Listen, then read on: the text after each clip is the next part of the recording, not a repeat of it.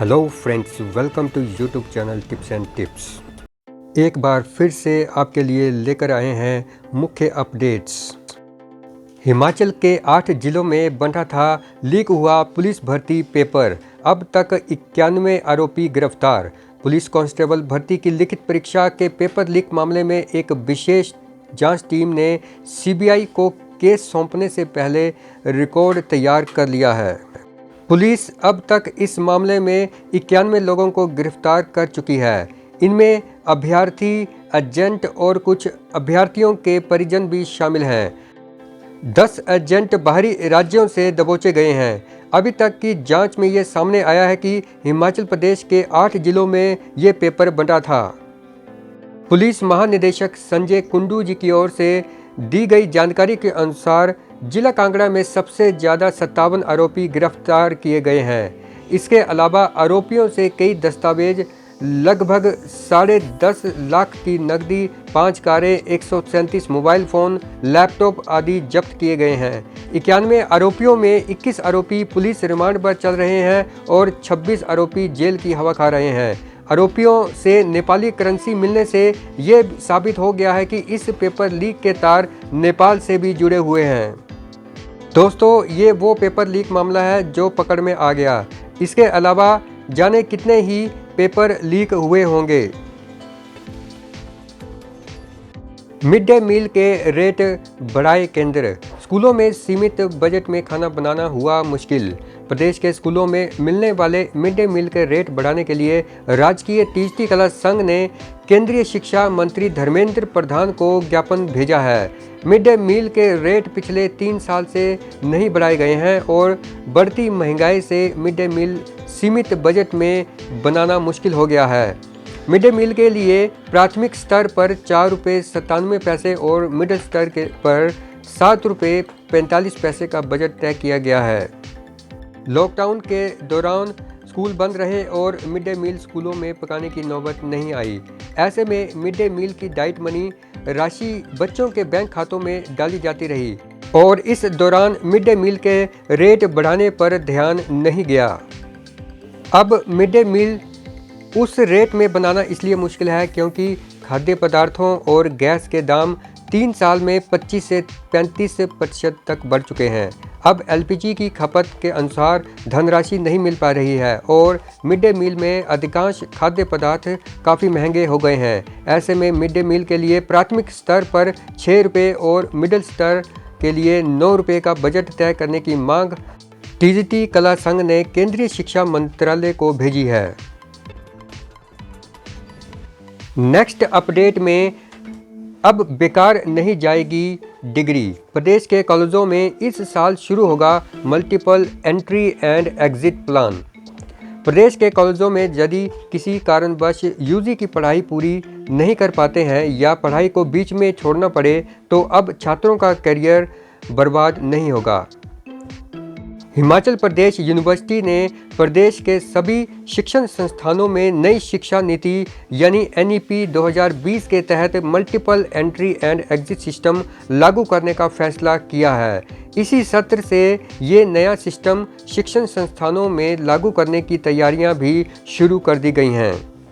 दोस्तों, इसमें under graduation करने वाले प्रदेश के हजारों छात्रों को बड़ी राहत मिलेगी। नई शिक्षा नीति के तहत मल्टीपल एंट्री एग्जिट प्लान के तहत कॉलेज में एक बार एडमिशन लेने पर छात्र यदि अपनी पढ़ाई किसी कारणवश पूरी नहीं कर पाता है तो इसमें तय किया गया है कि कॉलेज में एडमिशन के बाद पढ़ाई पूरी करने पर पहले वर्ष डिप्लोमा और दूसरे साल में सर्टिफिकेट और तीसरे साल में डिग्री प्रदान की जाएगी। नेक्स्ट अपडेट है कि करदाताओं को अब देनी होंगी अतिरिक्त जानकारियां।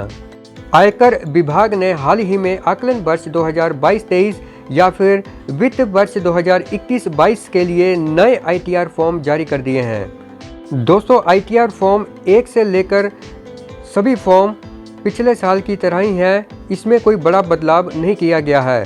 फिर भी आयकर दाताओं को इस साल से आईटीआर फॉर्म भरते समय कुछ अतिरिक्त जानकारियां भी देनी होंगी। इन जानकारियों में पेंशन के स्रोत की सूचना, ईपीएफ खाते से मिले ब्याज, जमीन की खरीद व बिक्री की तारीख संबंधित जानकारी और इसके अलावा कुछ अन्य सूचनाएं भी प्रदान करनी होंगी। अगर इन बदलावों की जानकारी नहीं होगी तो आपको रिटर्न फॉर्म भरते समय परेशानियों का सामना करना पड़ सकता है। इसलिए आईटीआर फॉर्म भरते समय इन बदलावों पर जरूर ध्यान दें। नेक्स्ट अपडेट है कि कौन होगा नया मुख्य सूचना आयुक्त। सरकार ने 6 जून तक आवेदन मांगे हैं। खाली ओहदों के लिए अफसरों में लॉबिंग। राज्य का नया मुख्य सूचना आयुक्त कौन होगा, इसकी चर्चा अब शुरू हो गई है। इसकी वजह यह है कि वर्तमान मुख्य सूचना आयुक्त श्री नरेंद्र चौहान 30 जून को रिटायर हो रहे हैं। इस पद को भरने के लिए राज्य सरकार ने विज्ञापन जारी कर दिया है और 6 जून तक आवेदन मांगे गए हैं। इच्छुक आवेदक प्रशासनिक सुधार विभाग की वेबसाइट के जरिए भी आवेदन कर सकते हैं। राज्य सूचना आयुक्त के लिए पात्रता कानून, विज्ञान एवं प्रौद्योगिकी, सामाजिक सेवा, प्रबंधन, पत्रकारिता, मास मीडिया या प्रशासन की अच्छी जानकारी और अनुभव जरूरी है। चलिए अब बात करते हैं आज के सेशन के अंतिम अपडेट की। तो इसमें है कि इंटर डिस्ट्रिक्ट ट्रांसफ़र मामले में शिक्षकों को जल्द मिलेगी राहत। तो दोस्तों, इंटर डिस्ट्रिक्ट ट्रांसफ़र मामलों में शिक्षकों को जल्द ही राहत मिल सकती है। नए किए गए प्रावधानों के मुताबिक इंटर डिस्ट्रिक्ट ट्रांसफ़र होकर आए टीचर का कॉन्ट्रैक्ट पीरियड दूसरे ज़िले में आकर लैप्स नहीं होगा, उसे काउंट कर लिया जाएगा। हाल ही में कार्मिक विभाग ने नए प्रावधान कर मुख्यमंत्री कार्यालय को ये फाइल भेजी थी, जिसे अप्रूवल मिल गई है। अब ये फाइल वापस कार्मिक विभाग को भेजी गई है। इसके बाद मामले पर अब जल्द ही कार्मिक विभाग आदेश जारी करेगा। इससे इन शिक्षकों की रेगुलराइजेशन का रास्ता साफ हो गया है। हालांकि कार्मिक विभाग ने सीनियरिटी के लिए ये व्यवस्था की है कि इंटर डिस्ट्रिक्ट ट्रांसफ़र होकर आए दूसरे जिले में टीचर उस जिले में पहले से कार्यरत शिक्षकों के बाद प्लेस होंगे। तो इसका मतलब ये हुआ कि इंटर डिस्ट्रिक्ट से ट्रांसफ़र होकर आए शिक्षकों को रेगुलराइजेशन में कोई समस्या नहीं होगी, लेकिन उनकी सीनियरिटी में इफ़ेक्ट ज़रूर पड़ेगा। तो दोस्तों, आज के इस सेशन में दी गई जानकारी आपको कैसी लगी?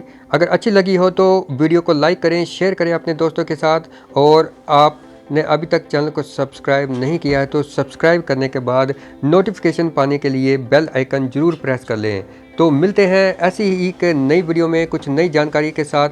तब तक के लिए goodbye and take care.